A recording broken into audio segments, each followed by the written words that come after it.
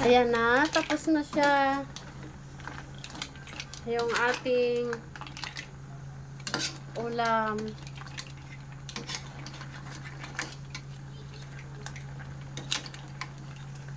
Sprite yung sinabaw ko nito para mabawas-bawasan yung kolesterol. Saka yung vegetable naman, kalabasa, carrots, at saka eggplant. So, kahit nandyan pa yan sila, niluto ko lang ito para dito sa aking content, pero hindi naman ako kakain ito.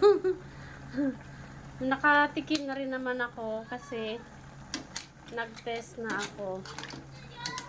Kaso mayroon pa rin itong nailagay ko na kailangan kasi nito yung star margarine, kaya kasi siya yung nagdala ng sarap tsaka yung Sprite. So, sa lahat ng ito, sa manonood, saan sulok man makarating ang video na ito, thank you so much for watching.